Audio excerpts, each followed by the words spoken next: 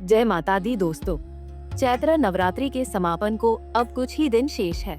हिंदू धर्म में नवरात्रि के समय को बहुत ही महत्वपूर्ण और पवित्र माना गया है, जिसकी शुरुआत घट स्थापना और कलश के पास जौ बोने से होती है। नवरात्रि के 9 दिनों तक मां की पूजा के साथ साथ इन जौ की देखरेख भी की जाती है। लेकिन क्या आप जानते हैं कि नवरात्रि में बोए गए ये जौ आपके आने वाले शुभ और अशुभ समय का सटीक संकेत देते हैं। जी हाँ, जौ के रंग और उनकी लंबाई बताती है कि आपके आने वाले दिनों में खुशियां दस्तक देंगी या फिर आपको परेशानियों का सामना करना पड़ेगा। तो अगर आप भी इस नवरात्रि जौ बोने जा रहे हैं तो हमारी ये वीडियो अंत तक जरूर देखें। सबसे पहले आपको बता दें, सदियों से चली आ रही इस परंपरा के पीछे एक बहुत ही गहरा कारण है।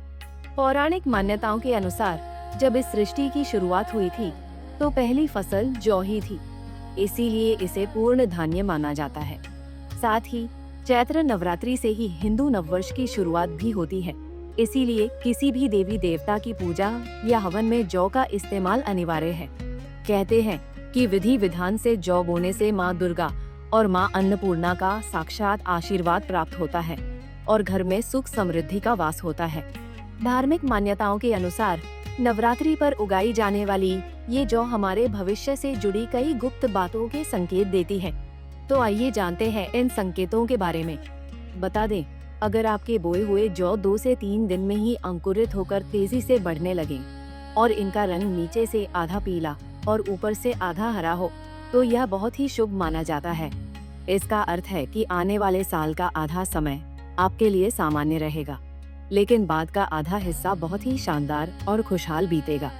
वहीं अगर जौ का रंग पूरा हरा या फिर सफेद हो जाए तो यह अत्यंत उत्तम संकेत है।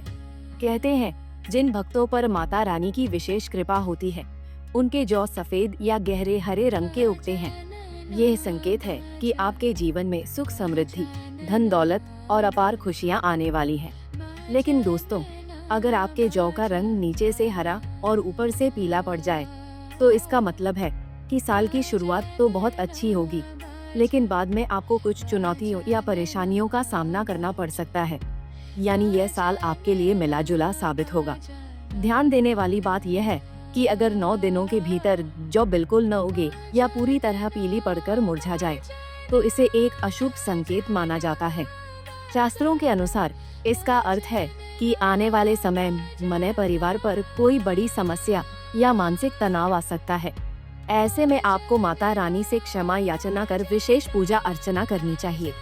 सिर्फ इतना ही नहीं, वर्तमान वैश्विक हालातों और पर्यावरण की दृष्टि से देखें तो जौ की लंबाई से वर्षा और फसल का अनुमान भी लगाया जाता है।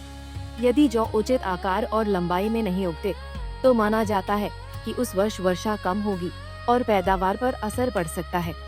इसी तरह की और भी जानकारी लेने के लिए हमारे चैनल को सब्सक्राइब करें और नई वीडियो की नोटिफिकेशन के लिए बेल आइकॉन दबाएं। अगर आप ये वीडियो फेसबुक पर देख रहे हैं तो वीडियो को लाइक और शेयर करें।